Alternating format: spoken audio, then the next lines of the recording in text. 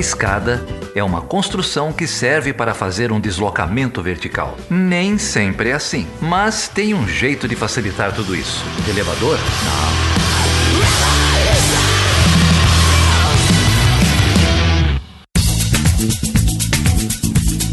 Então, Felipe, hoje a gente está aqui com duas presenças ilustres, dois convidados que vêm lá do Instituto Socioambiental, do ISA, o Márcio Santilli, que é membro fundador do Instituto, e a Adriana Ramos. Os dois estão falando de Brasília com a gente, fazem a parte ali de coordenação política, de diálogo do Instituto Socioambiental, uma das ONGs mais antigas aqui no Brasil, ou pioneiras na temática de meio ambiente, na temática de proteção indígena. É um prazer enorme estar com vocês aqui. Prazer, Márcio. Prazer, Adriana. Bem-vindos. Eu que agradeço a oportunidade. É ótimo poder estar aqui nessa conversa com vocês hoje. Obrigado por topar conversar com a gente, Márcio, Adriana. O Instituto Socioambiental faz um trabalho incrível. A gente admira bastante o trabalho. É um trabalho muito importante. Pena que a conjuntura não está ajudando, né? A conjuntura não está ajudando nada. A gente tem visto aí muitas coisas, mas antes de mais nada eu queria parabenizar vocês pelo trabalho, é uma inspiração para todos nós. A conjuntura não ajuda, o Felipe já adiantou, a gente está gravando aqui no finzinho de maio e tivemos dois atentados recentes, ou dois crimes recentes, né, de ataques de garimpeiros contra a população indígena. Muita gente também tem falado da postura desse governo com os povos originários do Brasil, com os povos indígenas. Tem denúncia na ONU a respeito do genocídio que esse governo tem cometido. Então, queria ouvir de vocês um pouco como é que vocês enxergam, né, a questão indígena hoje no Brasil, a atuação desse governo e até o trabalho que o ISA tem desenvolvido.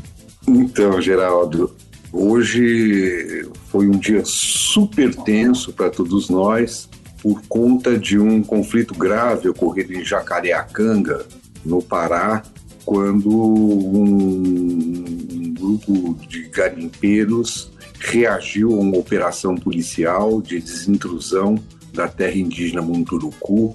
E esse grupo de garimpeiros, inclusive, invadiu uma aldeia e queimou a casa de uma líder Munduruku, que se encontra nesse momento sob a proteção da Polícia Federal. A gente nem sabe se o conflito já cessou ou se ainda continua, porque havia ameaça de que eles subissem o rio atrás de uma outra liderança que vive numa outra aldeia. Então, o dia de hoje é muito emblemático desses tempos que a gente está vivendo, né? Em que a gente não está falando simplesmente de um grupo de garimpeiros, a gente está falando de uma empresa de garimpo, né, que opera nessa região com maquinários gigantescos, né, que evidentemente custam uma fortuna, né, e que acabam sendo introduzidos dentro das terras indígenas para arrebentar com os rios, com a floresta, com tudo que houver pela frente em busca do ouro, né? Do ouro ilegal, porque a gente não está falando de um empreendimento que pague impostos ou que contrate as pessoas de acordo com a legislação trabalhista, né? A gente está falando de doença, a gente está falando de prostituição, a gente está falando de mercúrio nas águas, né?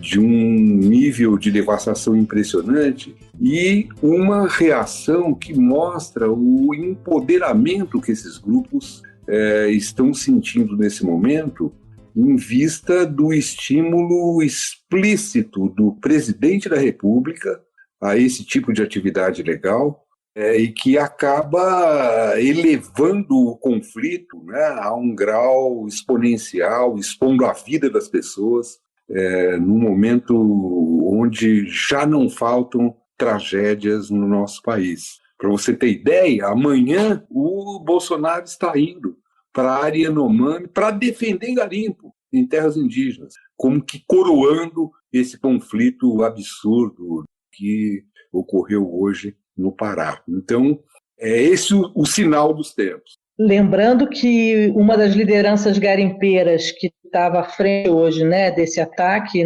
lá em Jacareacanga foi um dos que viajou no avião da FAB com o ministro do Meio Ambiente para Brasília. Então, o que a gente está vendo acontecer agora é um reflexo de uma política mesmo de quase que legitimação, né, dessas atividades ilegais em detrimento do interesse dos povos indígenas. Eu queria voltar a isso, porque é tão surreal que eu quero ver se eu entendi direito. Desculpa a minha ignorância, né? Vocês citaram um conflito armado em Jacareacanga, com feridos, pelo que eu vi na imprensa, 10 de feridos. São garimpeiros trocando tiro com a polícia. E a Adriana acabou de trazer uma informação agora que um dos envolvidos nessa milícia, né? Eu acho que dá para falar assim, tem entrada direta, inclusive no avião presidencial. É isso? Não chegava a ser o avião presidencial, mas era o avião da Força Aérea que levou o ministro do Meio Ambiente para a região. Ele, ao invés de ir à região para coibir o garimpo ilegal e defender as terras indígenas, que são terras da União, ele foi à região para conversar com os garimpeiros e trouxe alguns deles para se encontrar com o presidente aqui. Então, o ponto é esse, né? É algo que não é algo acidental, né? Não é algo que faz parte de uma contingência. É uma coisa estruturada, né? Porque para você trocar tiro com a Polícia Federal, né?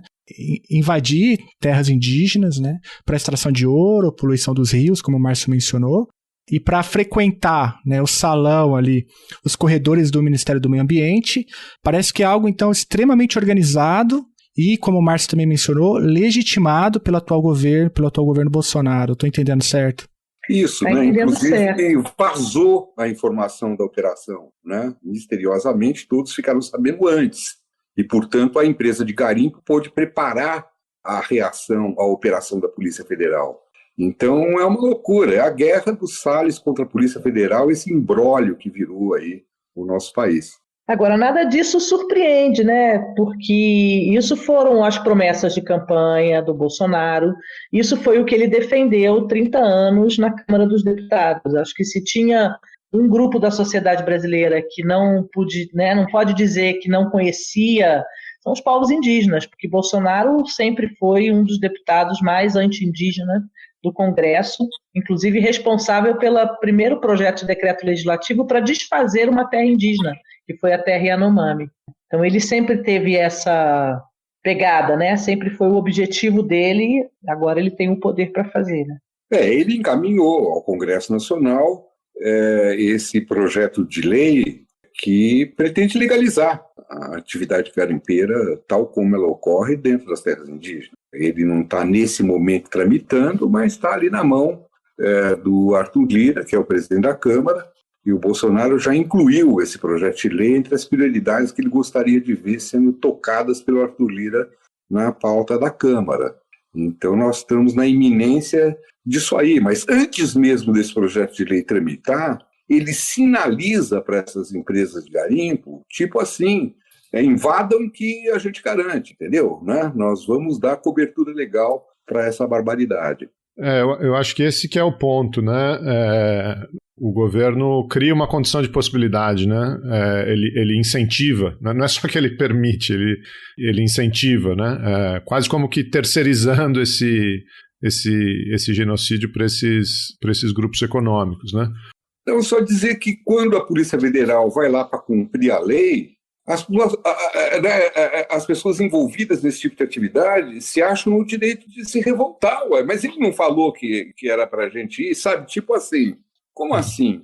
Então é incrível, realmente é uma inversão total de valores. O ISA tem um escritório em São Gabriel da Cachoeira, não tem? A gente está presente lá, estamos presentes em outras regiões também, atuando em parceria com as organizações indígenas locais. O caso específico de São Gabriel é porque a gente está na região mais indígena do Brasil, né, o município mais indígena do Brasil, uma densidade muito grande da população indígena, muitas etnias, e numa região com uma forte presença militar. Enfim, região de fronteira, trinacional, Venezuela, Colômbia, Brasil, historicamente com uma presença forte do Exército, E essa presença é quase que um fetiche dentro da ideologia, militares e tal. E o Bolsonaro vai para lá, né, para cultivar esse fetiche, ao mesmo tempo, né, aproveitar para defender o garimpo em terras indígenas. Ele vai inaugurar uma obra de recuperação parcial de uma rodovia que vai de São Gabriel da Cachoeira para Cucuí, em direção à fronteira. A estrada estava completamente detonada, parece que o exército deu um trato lá, sabe Deus a que custo. E, enfim, então ele vai cumprir essa agenda, né, que, enfim, faz parte dessa síndrome mobilizatória de campanha eleitoral. Evidentemente ele quer produzir imagens e sinais que venham para cá, né, para fora daquela região, mas essa viagem provocou transtornos incríveis nas vidas das pessoas lá, né? As organizações Yanomami, que discordaram da presença dele, estão meio alijadas, eles estão, enfim, privilegiando como canal uma das lideranças que é mais ligada ao garimpo, né? Militares levando faixa de defesa do garimpo lá para a cerimônia que vai rolar, estrada bloqueada para o acesso das pessoas de fora, né? Então, enfim, produziram um cenário ad hoc lá, né? Que a gente vai saber melhor amanhã o que vai acontecer, né? Mas, enfim, é isso. Parece que o sinal fundamental que ele pretende passar é isso aí, né?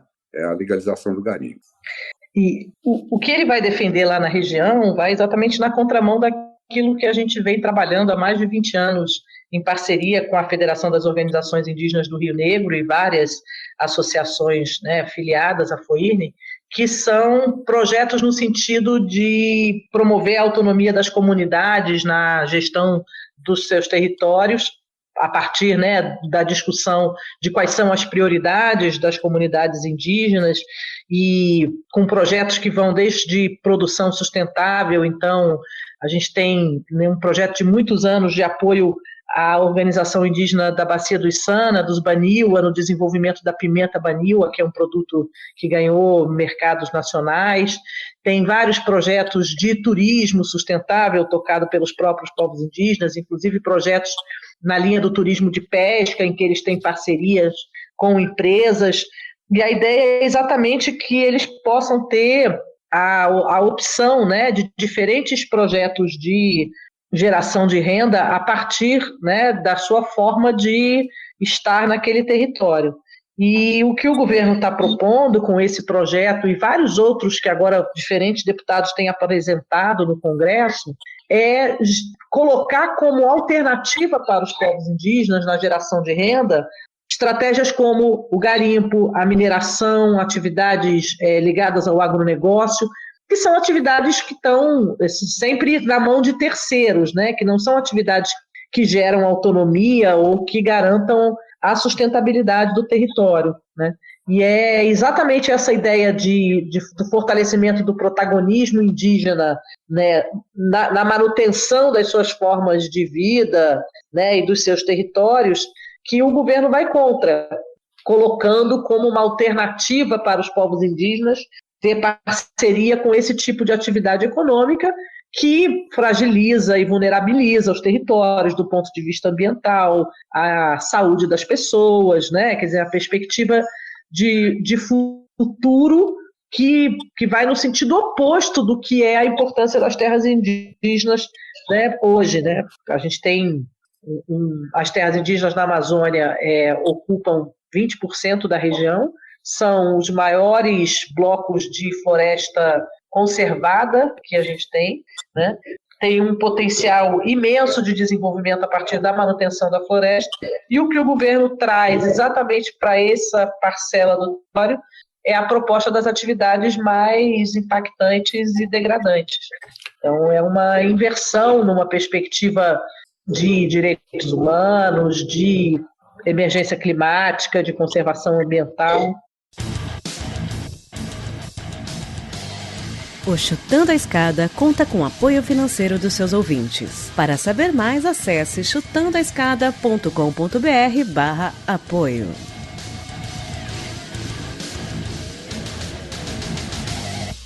Um desses projetos é o projeto que estão chamando de PL do Fim do Mundo, né?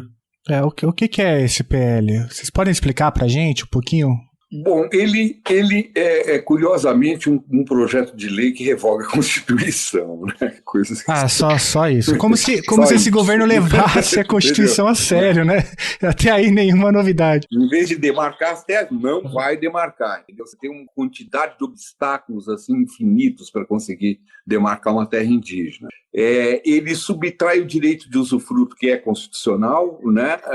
Das áreas ocupadas por garimpos e o que for de interesse da União, qualquer coisa que for de interesse da União. Deixa de ter usufruto indígena naqueles lugares. E, inclusive, ameaça desdemarcar as reservas indígenas e outras áreas que não estejam sendo utilizadas segundo os costumes indígenas. Então, é uma coisa perversa, porque eles estimulam os interesses econômicos de fora para dentro das terras e depois dizem que onde esses interesses estiverem implantados e consolidados, a terra deixa de ser indígena, ou os índios deixam de ter o direito de usufruto sobre aquelas áreas. Por isso que a gente chama de fim do mundo, né? Porque, enfim, pelo menos tem a confissão de onde é que eles querem chegar. É um projeto integracionista, né? Ele vai, assim, volta lá na época antes da Constituição, numa perspectiva de relacionamento da sociedade brasileira com os povos indígenas, que remonta aos tempos coloniais. E a gente pode colocar isso na conta do passar a boiada, né? Porque o Brasil hoje tem outras pautas, né? Principalmente a pauta da pandemia, agora a CPI e tal, que acaba por movimentar tudo isso e parece que o Salles, né? Quando ele verbalizou aquilo, passar a boiada, já deixou claro o que ele está tentando fazer, né? Porque a gente não vê muita mobilização, Adriana e Márcio. Eu posso estar errado, eu posso estar olhando para os lugares errados, né? Mas isso parece que vai sendo levado, assim, né? Num segundo plano, e a sociedade parece que não está muito bem informada sobre isso. É uma impressão equivocada minha? Mais ou menos. É claro que a gente tem condições desfavoráveis para grandes mobilizações num momento como esse, né, de restrição de mobilidade e tudo mais. E também a lista de maldades é bem heterodoxa. Então, por exemplo, eles jogaram na frente o projeto de lei que destrói o licenciamento ambiental. Ele foi aprovado na Câmara e foi para o Senado. Levantou uma chiadeira, mas quando levantou a chiadeira, eles já tinham emplacado essa, né, com 300 votos na Câmara, o Centrão em peso, né, todos os lobbies interessados em obras e o próprio negócio, com uma lista de isenção do licenciamento que praticamente acaba com ele, e aí foi para o Senado, deu uma enroscada momentânea lá no Senado, né, dado o tamanho do escândalo. Mas, enfim, é uma tensão permanente em cima de cada uma dessas pautas, né? Agora está vindo a grilagem de terra, né? Que deu uma enroscada, porque tinha um projeto similar no Senado, está o Senado e a Câmara disputando para ver quem vai barbarizar primeiro. Mas é um projeto de lei gravíssimo, né? de grilagem de terra. E tem na gaveta esse de mineração em terras indígenas. E tem uma profusão de outros que foram pintando na pauta da Comissão de Meio Ambiente, que agora está na mão da Carla Zambelli, ou na pauta da Comissão de Constituição e Justiça, que está na mão da outra lá, entendeu? Da Bia Kicis, né? E assim estamos nesse momento, quer dizer, um momento muito desfavorável no Congresso. Então, tem a boiada do Salles mais a boiada do Arthur Lira. Eu diria até que eu vejo assim 3 movimentos. Eu acho que a boiada do Salles, ele estava se referindo muito ao que pode acontecer na caneta dos gestores, dos ministros, né, no âmbito do executivo. Então, ele está fazendo isso, ele está desmontando todo um arcabouço legal de instruções normativas, decretos, que estruturavam, né, a forma como os órgãos trabalhavam. Então, tem uma boiada que é essa. Tem essa boiada que é, digamos assim, a mais poderosa, que são esses temas, como a grilagem de terras, o licenciamento, no qual todos os aliados do governo e outros estão juntos, né? Então, essa maioria que se formou na Câmara para aprovação do PL de licenciamento é o máximo da maioria que o governo consegue, porque ele vai juntar o governo, todo o centrão, a bancada ruralista, o interesse dos militares. Exatamente, todos os lobbies se convergem aí. E tem, eu acho que um outro conjunto de coisas que são essas propostas inconstitucionais, que eu acho que é uma lógica meio do se colar-colou, entendeu? É o que sinaliza para uma base mais radical, porque é aquele que está mais vinculado ao histórico das manifestações do governo, tanto em relação ao interesse dos militares, quanto do agronegócio e desses lobbies da ilegalidade, principalmente da Amazônia, né? Que eu acho que, considerando a situação de pandemia, em que toda a parte de mobilização da sociedade está muito limitada, a gente até que consegue, né, fazer com que a sociedade entenda que tem um problema. Então, as redes sociais elas têm refletido, digamos, uma certa preocupação, embora que isso não seja suficiente, né? Mas eu reputo um pouco a essa necessidade de manter a base animada. Então, o governo precisa mostrar, por exemplo, para os garimpeiros que estão lá, né, com a Polícia Federal na frente, que ele está fazendo a parte dele, está tentando mudar a lei para que a Polícia Federal não tenha que ir mais lá, né? E aí tem o projeto de lei de mineração em terra indígena, tem esse outro do fim do mundo, 490, começam a aparecer várias proposições que vão nesse sentido, porque é uma forma deles mostrarem serviço para essa base. A gente falou bastante da extração ilegal, da exploração econômica ilegal em terras indígenas.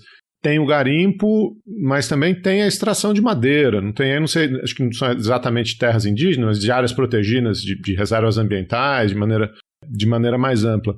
É um pouco a mesma lógica, não é? Enfim, a gente teve aí denúncias recentes, operações recentes, que levam de novo até o topo da pirâmide, né? É um pouco a mesma lógica no sentido de você, digamos, apoiar esses segmentos que exploram a floresta de uma maneira descontrolada e ilegal, né? A diferença é que, por exemplo, o garimpo em terra indígena ele é 100% ilegal.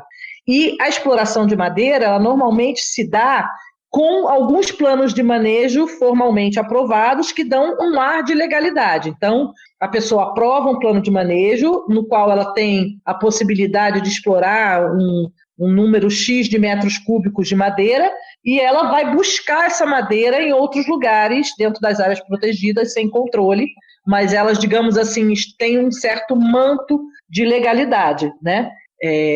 Com os planos aprovados, embora que sempre tenha uma série de irregularidades, como ficou claro que essa apreensão de madeira que foi feita agora estava baseada em uma série de planos de manejo sobre os quais há uma série de dúvidas, né, de irregularidade e tal. Os planos estão fora da terra indígena, mas estão lavando a madeira que é extraída de dentro da terra indígena, por exemplo. Eles lavam a madeira, que tem a ver, inclusive, com essa apreensão histórica, né, que a Adriana acabou de mencionar, e aí não demora muito, né, para o próprio Ricardo Salles, enfim, defender aqueles cortes, né, veio a imprensa defender os cortes, dizendo que as empresas estavam, entre aspas, em dia, quando a investigação da própria Polícia Federal apontava em direção oposta, né, capitaneada pelo aquele o Saraiva, né? Ele é delegado, se não me engano, né? Que depois foi exonerado e tal, e que agora acabou desembocando nessa operação da Polícia Federal, né? Que apreendeu, se não me engano, computadores do Salles, e aí tem uma situação surreal, que o Salles vai até, né, a Polícia Federal com seu segurança armado, tirar satisfação, enfim, tudo isso faz parte desse grande projeto para esquentar madeira ilegal, né? Exatamente, quer dizer, a operação da Polícia Federal que incrimina o Salles, ela tem a ver com uma partida de madeira anterior que foi exportada, né, e que o presidente do IBAMA mudou uma normativa para poder autorizar a exportação.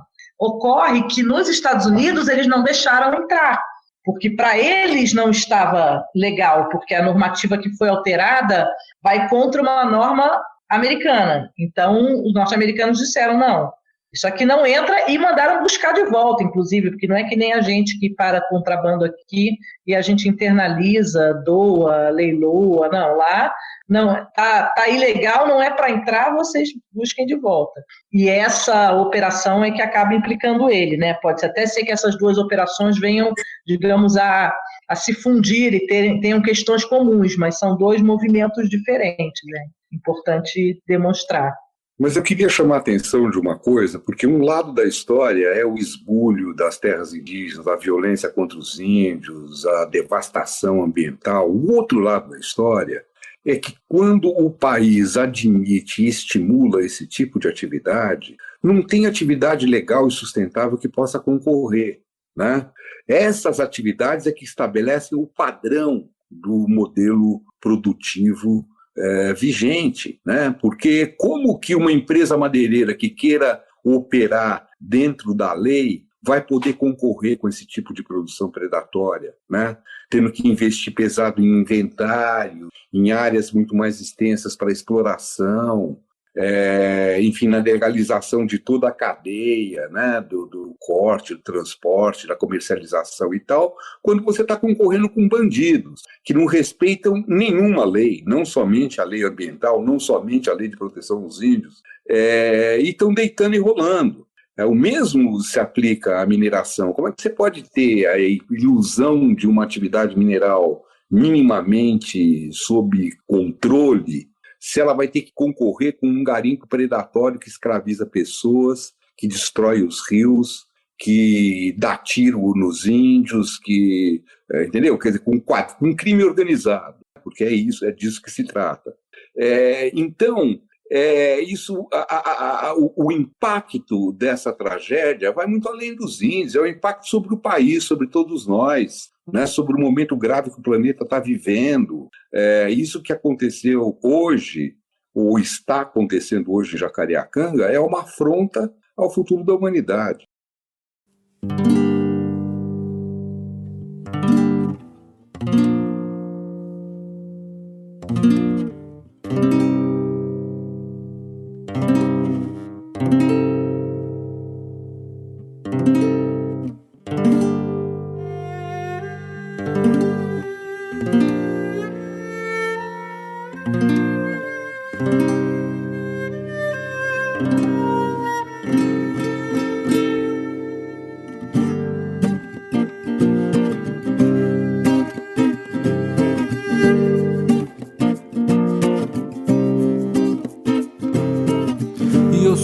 Brasil e luto contra a opressão.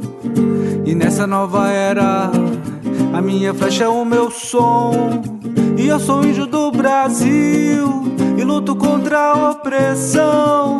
E nessa nova era, a minha flecha é o meu som, que chega com respeito pra honrar os ancestrais. Meus heróis me bem ao crédito, Burduna e Coca, que lutaram bravamente contra a ordem nacional, deixando com orgulho a herança florestal, que hoje vem sofrendo com um marco temporal e ruralista destruindo o patrimônio natural. E eu não vou ficar parado vendo o mundo sucumbir nesse jogo nebuloso que não dá pra fugir. Vou buscar a minha paz pra eu poder sorrir lado a lado com a família, pra nós poder seguir na resistência contra a PEC que tenta impedir, alimentando um preconceito que tenta nos atingir. Não tenha medo, tamo junto nesse mundo pra unificar. Eu vou pegar essa deixa, Márcio, porque sem dúvida, é uma afronta ao futuro da sociedade brasileira, uma afronta ao futuro da humanidade. Agora, isso tem um impacto internacional gravíssimo, né? Particularmente nesse momento em que os Estados Unidos, que ainda, né, a principal potência do sistema, os Estados Unidos e a China, estão adotando uma política ambiental, deram 180, né, mudaram o rumo dos últimos 4 anos, estão adotando uma política ambiental, uma série de metas, estão falando em transformação de energia renovável, enfim, limpar sua matriz energética. E do nosso lado aqui, a gente continua com genocídio em terra indígena, com madeira ilegal, enfim, qual que é o impacto que vocês sentem? Eu sei que o ISA é uma ONG altamente internacionalizada, vocês têm parceiros de fora, o que vocês têm sentido, enfim, como é que está essa questão da nossa projeção internacional? Eu não sei se você viu outro dia, quando o John Kerry foi ao Senado americano ser questionado sobre a questão das políticas climáticas e questionaram ele sobre o Brasil, que ele chamou de regime do Bolsonaro, né?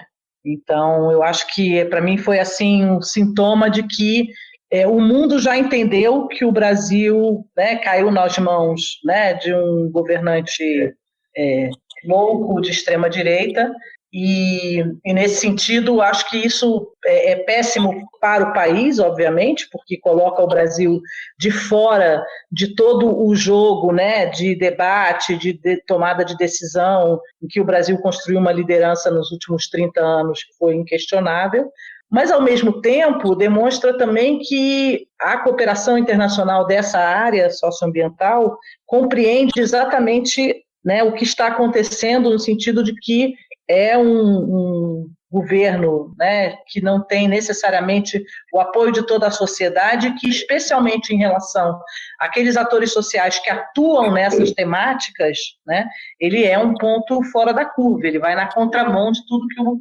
Brasil fez, né.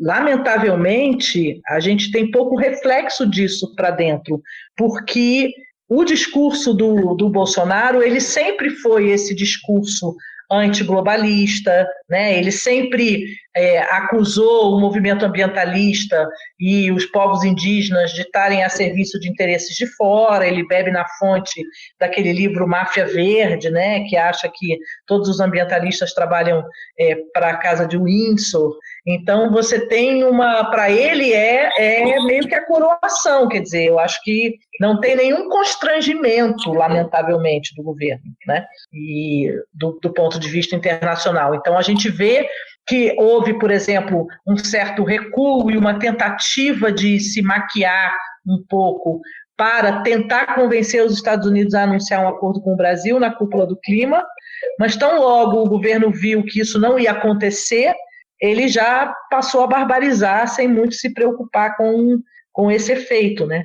Enfim, queria até ouvir um pouco o Márcio também sobre isso, mas a sensação que eu tenho é que o Brasil realmente virou um pária, mas isso não incomoda o governo. Isso era o que o governo estava procurando.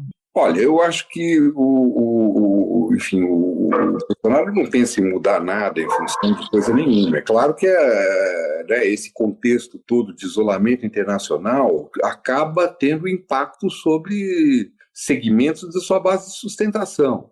Paralisia aí do acordo do Mercosul com a União Europeia, ingresso no OCDE, enfim, tem várias consequências que são meio paralisantes do ponto de vista do interesse desses setores, mas ele vai levando. Agora, com relação ao Biden, eu tenho a impressão que ele está numa estratégia dele, o Salles, né, de levar no bico, ver se leva no bico esse ano, entendeu? É complicado, a seca está chegando, né, o desmatamento está bombando, entendeu? Mas eles vão tentar levar no bico, porque o ano que vem já anda eleição, entendeu? Então, ninguém vai jogar para derrubar ele, vai jogar para derrotar ele, entendeu? Quer dizer, eu acho que ele faz um jogo meio realista nisso aí, deram um discurso para ele ler lá, ele quase nem consegue ler o troço e tal, porque é um negócio que tem nada a ver com o que ele acha, com o que ele pensa, mas eu entendo como uma coisa meio assim, vamos levar no bico esses caras aqui, entendeu? Para eles não encherem o saco, não derrubarem a gente esse ano, porque o ano que vem já estamos na eleição e tal, meio assim. Enfim, isso tem consequências, né? Os caras, em algum momento, vão perceber que estão fazendo um papel de idiota de conversar com esse cara, mas enfim, né? Pode ser que o jogo engrosse, né? Vamos ver quanto tempo leva. Eu acho que eu estava lembrando aqui o discurso do ano passado, de 2020, do Bolsonaro na ONU. Acho que demonstrou um pouco mais o que é o bolsonarismo em termos ambiental, da política ambiental como um todo, né? Eu resgatei aqui, porque estava naquele contexto das queimadas, ele disse que a floresta amazônica é úmida e só pega fogo nas bordas, né? E que os responsáveis pelas queimadas são o índio e o caboclo. E depois ele fala um negócio também, que até a Adriana citou aqui, que ele diz o seguinte, o Bolsonaro na ONU, abre aspas, que o Brasil é vítima de instituições internacionais que fazem campanha escorada a interesses escusos que se unem a associações brasileiras aproveitadoras e patrióticas, né?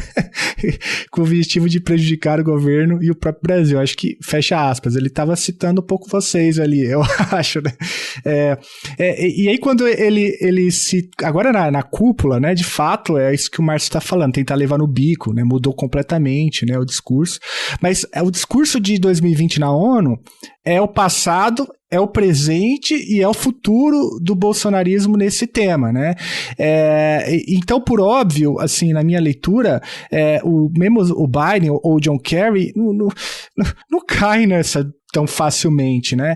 A própria imprensa estadunidense viu com muito ceticismo, né, o discurso do Bolsonaro, e nessa audiência no Congresso americano, que o Kerry vai até o Congresso e ele diz, né, que estava preocupado com esse regime do Bolsonaro, e ele achava que os Estados Unidos deviam procurar formas de evitar que a Amazônia desapareça. Esse é o termo que ele usou, né?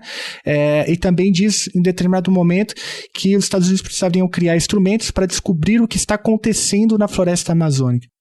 Enfim, eu acho que esse é um gargalo mesmo, interessante, né, pra gente poder ver, mas até onde eu tô entendendo, o governo do Biden não tem comprado tão de bate-pronto, né? Parece que a estratégia é um pouco esse, não pode entrar com sanção para não perder o único canal de diálogo, porque a ideia é justamente entender o que está acontecendo, e todas esses projetos de lei têm sido monitorados. Eu acho que até a própria socioambiental tem um papel importante nisso, né? De denúncia e tal, de compilação dos dados, para que todo mundo esteja mais ou menos bem informado. Eu acho que faz sentido, assim, eu acho que, na verdade, eles têm dito que eles não querem dizer que não vão fazer nada com o Brasil, porque eles acham que só podem cobrar ou ajudar o Brasil a melhorar, né, o controle sobre a Amazônia se eles estiverem, digamos, aliados de alguma maneira. Então, eles têm uma tentativa, né? E eu acho que no processo de negociação pré-cúpula do clima, eles tiveram algumas primeiras conversas que aconteceram a portas fechadas e sem muita visibilidade, que deram a eles a impressão de que eles iam conseguir avançar, até que começou uma mobilização da própria sociedade para demonstrar, dizer, olha, não adianta, né, negociar uma coisa pontual aqui se tudo isso está acontecendo no país. Mas, ao mesmo tempo, tem uma coisa curiosa, que é essa, assim, não é que nem está acontecendo na CPI da Covid agora. Não é que o governo vai lá dizer que não, o governo vai lá tentar convencer de que o argumento dele é válido. Então, para dar um exemplo disso, quando teve essa tensão com essa grande mobilização antes da cúpula do clima, a Embaixada Brasileira, que organizou uma reunião virtual para conversar com algumas lideranças indígenas da APIB, da Articulação dos Povos Indígenas do Brasil, né? Então, colocaram numa sala virtual, alguns dos negociadores convidaram a APIB. Como eles tinham que informar o governo brasileiro que essa reunião ia acontecer, o governo brasileiro, então, falou, não, mas então vocês não vão conversar só com esses indígenas, vocês vão conversar também com os indígenas que nós vamos indicar, e indicaram alguns indígenas que estão alinhados ao governo nessa proposta da abertura das terras indígenas. E era uma reunião em que, na abertura da reunião, eles foram muito claros em dizer, olha, os negociadores que estão aqui são da área de clima, então a conversa aqui tem que toda ter a ver com o clima, não é uma conversa sobre direitos humanos, sobre outros assuntos. Mas os representantes, né, digamos, da ala governista que estavam na reunião, eles não se deram a esse trabalho, eles repetiram a mesma abordagem, que é a abordagem de que para gerar renda é preciso abrir esses territórios para outras atividades econômicas, para melhorar as condições de vida dos índios, que eles também têm essa possibilidade. Então tem uma coisa curiosa, que é assim, não, a gente faz questão de que esses indígenas estejam lá, mas não é que a gente tenta enganar vocês de que o discurso deles e o que a gente está propondo tem a ver com mudanças climáticas, com conservação da floresta, né? É tipo, a gente precisa convencer vocês de que esse assunto não é tão importante. E aí o tiro sai pela culatra, porque você chega na frente dos negociadores que estão ali, né, pela agenda climática, e reforça para eles de que a proposta que o governo tem para as terras indígenas não dialoga com essa realidade, não leva isso em consideração.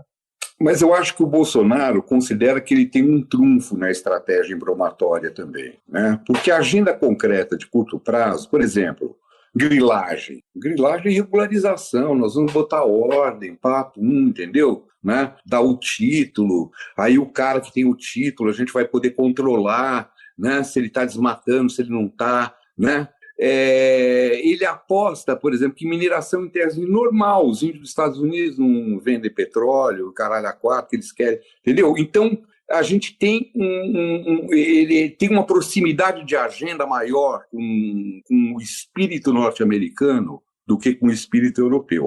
A agenda concreta de barbaridades no curto prazo, né?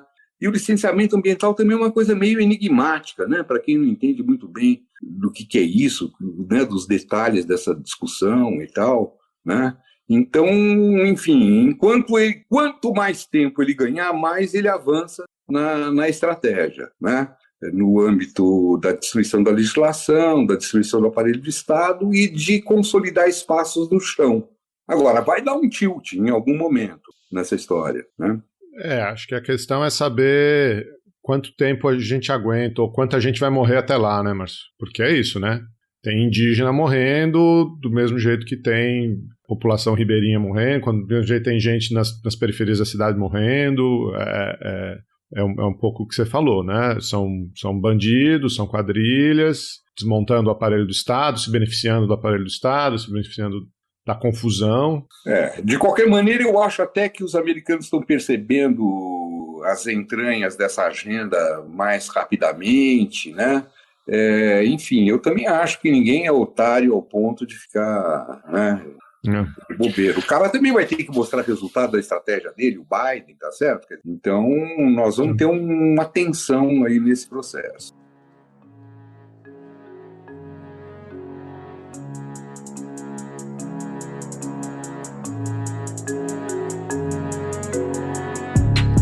Me diz pelo que você lutar,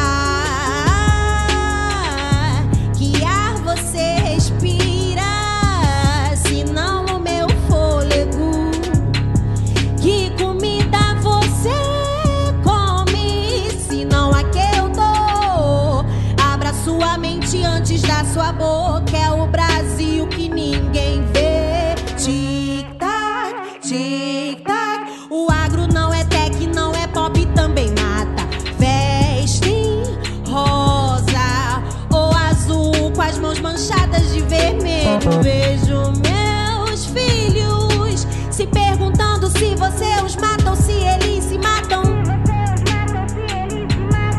Primeiro, você não sabe, ninguém viu, mas ficou cravado na minha memória. Pega no laço e você sabe a história. Legalizam o genocídio, chamam de pardos pra embranquecer. Em vários momentos aqui a gente falou desse desmonte do Estado, né? E aí acho que uma parte é desmonte, uma parte é aparelhamento, né? Acho que tem as duas coisas, né? Queria ouvir de vocês um pouco o que vocês estão vendo. A gente, enfim, tem as notícias do IBAMA, tem essa dança de cadeiras nos órgãos da Polícia Federal, tem FUNAI, tem ICMBio, tem... O que vocês estão vendo? O Ministério, né? Enfim. Uma chave de leitura pode ser a gente pensar o seguinte: existe uma inversão de finalidades das agências que atuam dentro dessa agenda, né? Então a FUNAI agora serve para perseguir os índios, para não demarcar as terras, para excluir terras do seu espectro de atuação. Chegar ao ponto de pedir para a Polícia Federal abrir uma investigação em cima da Soninha Guajajara, do Almir Suruí, né? O presidente da FUNAI. É o fim da picada, né? Então, a gente tem uma inversão. E no contexto dessa inversão, tem pedaços que devem sumir e outros que devem surgir. Então, o departamento de business nas terras indígenas tem que crescer. Agora, a fiscalização do IBAMA tem que sumir. E assim por diante. Quer dizer, eu acho que é um pouco essa lógica, né? É isso aí, né? E é esse aparelhamento, né? O governo da família, né? Então, você vai ver em cada setor segmentos que sempre tiveram interesse, às vezes, né, naquela área, influenciando para paralisar processos, para rever normas. Todo o processo de desmonte dos mecanismos de participação social na política ambiental sempre foram um pilar importantíssimo, inclusive anterior à Constituição. A questão da transparência, né, o sumiço de dados, de informações que estão acontecendo. Então, a lógica é uma lógica do Estado mínimo mesmo, e o que sobra é para os meus, né? Como fazer ele trabalhar. E aí, nas mínimas coisas, né? Então, por exemplo, o Brasil, aprovou um projeto no Fundo Global para o Clima. Projeto que foi elaborado ainda no governo anterior, né? E, inclusive, logo que mudou o governo, que todo mundo foi exonerado e perdeu o cargo, eles tiveram que chamar de volta e nomear o servidor responsável pela elaboração desse projeto para, durante a etapa de aprovação do projeto, em janeiro, fevereiro de 2019, esse servidor estar nomeado para eles dizerem, olha, está aqui a pessoa que elaborou o projeto, ainda está aqui com a gente. Passado 10 dias da aprovação do projeto, ele foi exonerado. E é um projeto de pagamento por serviços ambientais, então tem tudo a ver com essa lógica do que o Salles está estruturando, né, está apostando nisso. Só que é um projeto que foi elaborado para privilegiar majoritariamente agricultores familiares. Hoje, o PNUD, que é a agência implementadora desse projeto, tem realizado umas reuniões. Em todas as reuniões, eles falam de proprietários rurais. Falam de pequenos agricultores, mas se recusam a falar de agricultores familiares, né, por uma questão ideológica. Então, são coisas pequenas, mas é uma deturpação de fundo, por exemplo, desse projeto. E o que eles estão fazendo é isso. Então, em pequenos mecanismos, com mudança de pequenas regras, estão tentando direcionar aquilo que pode haver de política pública para a sua base mais direta, né? Adriana, eu entendi o que você quis dizer, mas para o nosso ouvinte, qual que é a diferença? Porque isso é super sutil e é uma sacanagem do tamanho do mundo, né? Qual que é a diferença de pequeno produtor para produtor familiar? Então, a diferença o tamanho da propriedade é mais ou menos a mesma, a diferença é que o agricultor familiar é aquele que 80% da renda dele vem da propriedade, que ele tem no máximo um empregado de fora da família, né? São, acho que essas duas as principais características que estabelecem que a lógica é essa, não é pelo tamanho da propriedade, né, mas é pela lógica de produção que você faz a diferença. E aí você deixa de beneficiar quem tem mais necessidade para beneficiar, né, quem não precisa tanto. É um detalhe que faz toda a diferença. E aí eu estou ouvindo vocês falarem aqui, né, tá muito claro que é um aparelhamento, eu posso dizer, histórico, né? Talvez os governos anteriores nunca a gente tenha visto um aparelhamento desse tipo, uma ideologização da pauta. E engraçado que quando principalmente o Salles assumiu, ele dizia que fazia justamente o contrário. As palavras têm o inverso, né? Elas significam o oposto, né? Que ele ia acabar com a ideologia e que ele ia acabar com o aparelhamento, e o que vocês trazem aqui pra gente é justamente o oposto. O Márcio até colocou também que as agências, os órgãos, né, eles vão mudando, vão invertendo a polaridade. Então o IBAMA, que é para defender o índio, passa a perseguir o índio. A pasta como todo, né, do Ministério do Meio Ambiente, acho que dá para falar que é um anti-ministério do meio ambiente, né? O Salles é o anti-ministro, porque a polaridade é alterada. E também ficou muito evidente na fala de vocês como que eles operam na confusão também, né? No caos. Às vezes jogam em várias frentes, múltiplas pautas. A Adriana até fala, se colar, colou, mas esse é o diálogo com a pauta, com a galera mais radical. Aí, enquanto isso, tem outros movimentos. Então, parece que o caos, né, é o projeto, né? É o projeto. É o método de ação, né? Do Salles, do bolsonarismo como um todo. Isso não é acidental, parece que é pensado justamente para ir passando coisas em múltiplas frentes, aí, como a Adriana tinha falado pra gente, não é isso? Como o Bolsonaro disse naquela primeira viagem aos Estados Unidos, né? Nós não estamos aqui para construir, temos muitas coisas para destruir antes de construir. E então eu acho que é isso, quer dizer, só tem a construir aquilo que puder beneficiar os interesses mais diretos relacionados a eles, né? E a estrutura do Estado, né? O serviço público, o que está acontecendo em termos de assédio, de pressão, de perseguição dos servidores públicos da área socioambiental é uma coisa desesperadora, né? Quer dizer, tem pessoas que estão na geladeira porque tiveram cargos públicos em outros governos e que já ouviram objetivamente dizendo não se pode fazer nada porque você está na lista dos comunistas. Eu ia perguntar exatamente sobre isso, sobre os funcionários de carreira, né? Porque você pode trocar as lideranças, mas a gente tem uma burocracia, um corpo técnico solidificado por décadas, né? Mas é isso que eles estão enfrentando, então. É isso que eles estão enfrentando. Recentemente, no IBAMA, o técnico, que foi o Hugo Loss, que fez, digamos, a reclamação ao TCU, demonstrando que o governo tinha desmontado todo o sistema para tramitar e cobrar as multas, né? Quando descobriram que ele tinha feito esse documento, entraram na sala dele, os coordenadores, os chefes, arrancaram ele da mesa, tiraram o computador dele. Então, você tem situações assim de flagrante assédio. Bom, todos os principais cargos hoje no ICMBio e no IBAMA estão na mão de policiais militares, né? Então, você tem uma situação bastante dramática do ponto de vista da pressão sobre eles.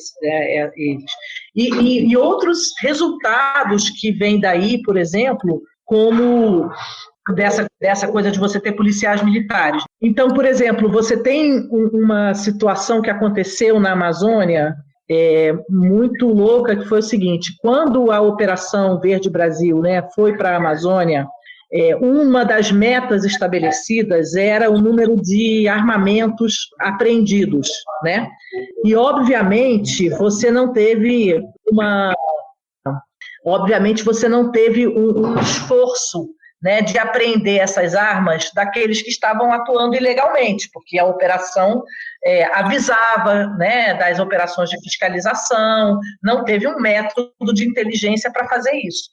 Então, o que eles começaram a fazer? Os policiais que são do ICMBio, né, começaram a ir nas reservas extrativistas, nas comunidades, e apreender a arma de caça, aquele rifle que era de defesa individual, para computar, né, no volume de armas apreendidas pela operação.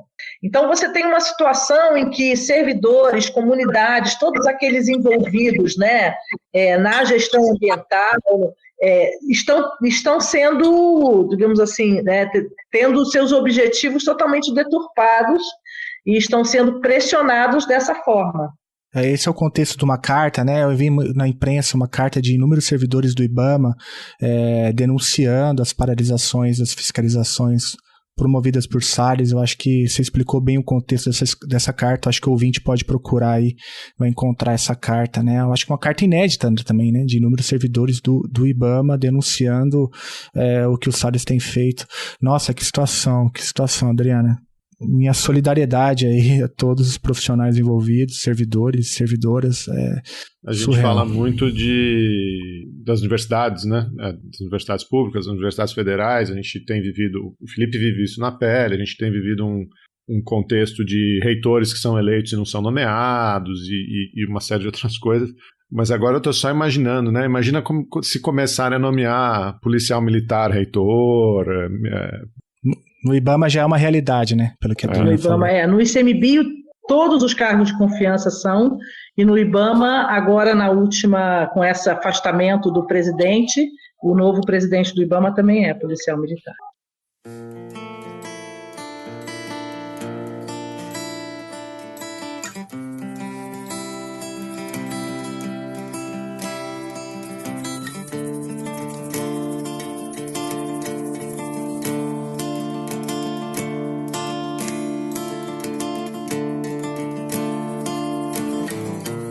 Aldeia Itapuã, Tupinambá de Olivença.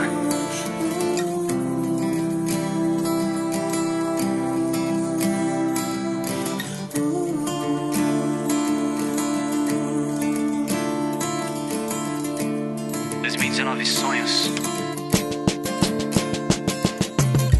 Caos indígena, caos indígena, caos indígena, casa indígena. Oco por dentro vira, caos insignada, caos em ti não, caos em mim.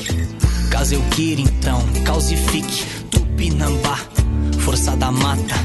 É clichê quem vê de fora, mas não arrisca lá, entra na mata, vai. Calcifica, vamos, calcifica. Em terras índia vai, nega as raiz, vamos. Nego é bom mais longe, eu vim laranja um monte. Classifica, nego, por RG que cês vão ver. Não adianta ser parado, pra ser cê tem que mexer. Causa irrita, eu sei, casa de vocês é quieta e confortável. Mas eu vim, sujeito hábil com as palavras. Eu disse o horário, vem. É retomada, mano, é retomada. É retomada. retomada, mano, é retomada. É retomada, mano, é retomada. É retomada, mano, é retomada. É retomada, mano, é retomada. É retomada, mano, é retomada. É retomada, mano, é retomada. A gente tangenciou um tema que é muito importante, né? Que diz respeito à pandemia e o povo indígena. Vocês mencionaram, né, que isso é um grave problema. E essa é uma pauta também que está posta aí na CPI da pandemia e tal. Eu queria ouvir um pouco vocês, assim, como que vocês estão acompanhando esse genocídio indígena. A palavra genocídio, né, ela gera, inclusive, perseguições, né, por parte do Bolsonaro, que já procurou ameaçar jornalistas e tal, por conta do uso do termo genocídio. Mas qual que é a leitura que vocês estão fazendo? Dá para falar mesmo que é um projeto mesmo de disseminação do vírus em territórios indígenas? Enfim, como que vocês estão enxergando esse tema?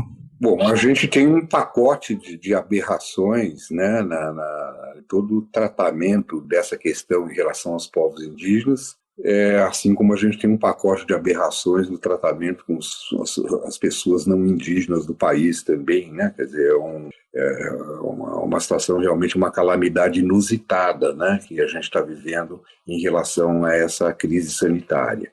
Mas em relação especificamente aos índios, basta a gente lembrar que foi preciso a APIB ir ao Supremo Tribunal Federal para que o governo se dignasse a apresentar um plano de combate à pandemia entre os povos indígenas. Quer dizer, precisou chegar a esse ponto. E essa peleja continua, porque é uma embromação permanente, planos que não tem nada a ver, coisa furada, entendeu? Um jogo permanente de pressão através do Supremo Tribunal Federal para conseguir fazer com que o governo federal desse alguma atenção prioritária para essa questão. E foi também no contexto de um tensionamento muito grande que se conseguiu que os índios fossem incluídos como prioritários na vacinação, e o governo ainda excluiu da prioridade para a vacinação os índios que vivem fora das aldeias, fora das terras indígenas. Que são os que estão mais expostos, né? Então você veja, quer dizer, só isso já dá uma dimensão da aberração. Agora, a distribuição de cloroquina, entendeu? Quer dizer, todo tipo de maluquice esses caras fizeram em cima dos índios, inclusive de incentivar picaretas evangélicos por aí afora, a disseminar fake news sobre vacina, sobre, enfim, toda a questão da pandemia. Então, realmente é uma calamidade. E com certeza é um projeto, né? Porque essa história, por exemplo, né, dos pastores fomentarem o medo da vacina entre os povos indígenas foi assustador. Então, no início da vacinação, as notícias de tantos indígenas que não queriam se vacinar, inclusive fizeram com que tanto a APIB quanto várias organizações, o próprio ISA, se mobilizassem em campanhas pela vacinação entre os indígenas.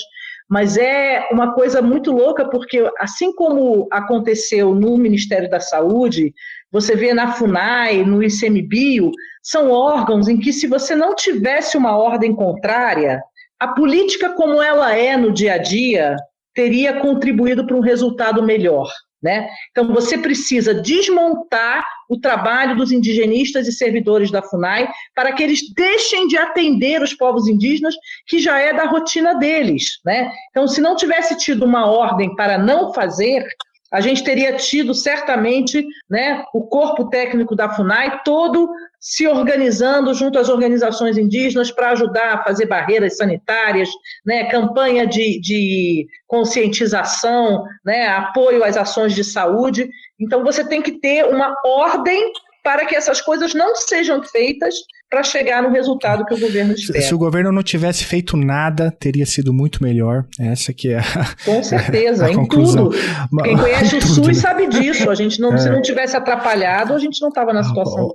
Adriana, Márcio, vocês trouxeram também aqui um outro elemento que para mim é novo e eu queria voltar, que é a utilização de pastores para difundir o negacionismo, enfim, relacionado à vacina entre povos indígenas. É nesse nível aí, eu entendi certo, é isso? É uma estratégia de utilização de pastores para... Ai, gente, é inacreditável. A política indigenista, nesse momento, deixa até sobre a tutela desses caras a questão de índios isolados. Então, você imagina, né? Porque para eles devem ser atingidos, devem ser, enfim, tem que deixar de ser isolados. Tem que ser evangelizados, são almas perdidas que precisam ser resgatadas. Você voltou lá antes de... gente, a gente está voltando no século... antes... Nós estamos muito preocupados com a situação dos índios isolados nesse momento, né? Porque nós temos daqui para o final do ano a cessação de algumas portarias de restrição de usufruto sobre áreas ocupadas por índios isolados fora de terras indígenas demarcadas. E a renovação dessas portarias é fundamental para manter o mínimo de proteção legal sobre esses grupos. E isso é um ato do presidente da FUNAI. Então, nós estamos aí na expectativa para ver o que é que vai acontecer em relação a isso. Mas isso é um capítulo à parte, né? A ameaça sobre os povos isolados nesse momento. Não, e acho que é importante frisar também que essas políticas começaram antes da pandemia, né? Essas políticas de invasão de terra, de estímulo a garimpeiros e etc. A gente já tinha muito material para denunciar o governo antes da pandemia, né? A pandemia acho que, enfim, torna a situação trágica, crítica, calamitosa, não sei nem mais qual é o adjetivo, mas é isso que vocês apontaram bastante, né? É a promessa de campanha, é a trajetória histórica, é como ele sempre se referiu a esses grupos, não só a esses grupos, né? Você também põe quilombolas, também põe um monte de outros grupos menos protegidos nesse show de horror que o governo propicia, né? Vamos, antes de terminar, olhar um pouco para frente e, de repente, entendeu? Ver se a gente consegue transcender esse momento tão trágico, né, que a gente está vivendo, porque o fato é que a crise do governo está aí, a campanha eleitoral está antecipada, está na rua, entendeu? Vai pegar fogo daqui para frente, né? O poder objetivo desse tirano está cada vez mais precário em várias áreas, infelizmente, para atacar os fracos oprimidos, que ainda está com muito poder. Mas nós temos que livrar o Brasil desse cara o ano que vem. Esse é que é o ponto, entendeu? Que eu quero chegar. Quer dizer, nós temos que aprender com toda essa tragédia, com o sofrimento, com o passivo gigantesco que esses caras estão produzindo, né? Para ver que não dá mais para brincar com essas questões e com essas políticas, entendeu? A gente tem que tirar esses caras do governo e implementar uma agenda de recuperação nacional que traga as lições desse período sinistro, no seu bojo, no seu conteúdo, apontando para um futuro de superação e de valorização dessa imensa diversidade socioambiental que o nosso país tem e que pode, sim, ser o ativo principal da construção de um projeto de futuro para o Brasil. Eu acho que, nesse sentido, a comunidade internacional tem um papel super importante, né? Porque quem mostra para a gente, né, mais e mais que essas questões são fundamentais, que elas são passaportes para o futuro e que são o diferencial do Brasil em relação a muitos outros países, é a comunidade internacional. A forma como ela valoriza e como ela traz de volta essas cobranças, né, ao Brasil. Então, acho que tem esse lado interessante, que é o governo insistir numa certa política e quebrar a cara na OCDE, insistir uma certa política e ver o acordo Mercosul, né, praticamente paralisado e sendo todo rediscutido, ou discutido, né, acordos adicionais para viabilizá-lo, todos pautados na questão do desmatamento da Amazônia, da proteção dos povos indígenas.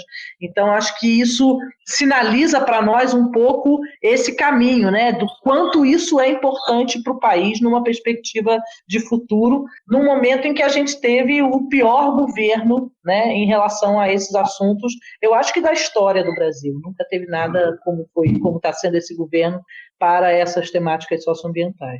E aproveitando esse gancho, bom que a gente está terminando, né, o papo nesse tema, nesse tom, como que a gente pode fazer, o que a gente pode fazer para ajudar o Instituto Socioambiental? Vocês têm como contribuir de alguma forma, direto ou indiretamente, enfim?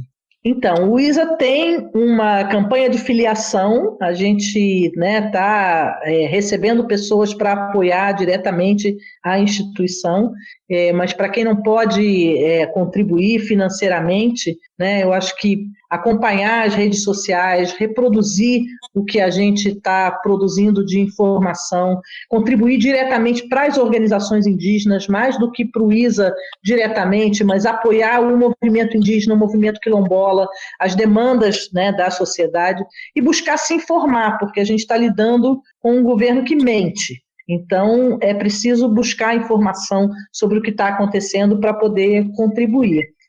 Então, eu queria também colocar um ponto que eu acho que é interessante, que é um paradoxo curioso desse quadro que a gente tem, porque a tenacidade do Bolsonaro em detonar o meio ambiente, os povos indígenas, os quilombolas, o Brasil socioambiental como um todo, também tem nos permitido colocar esse tema no topo da agenda. Muita gente que nunca tentou para essas questões está começando a perceber a importância civilizatória desses temas, né? E a importância estratégica que eles têm para a construção de um futuro para o Brasil. Claro que isso não é uma unanimidade, né? Mas o fato é que essa agenda está saindo do gueto, né?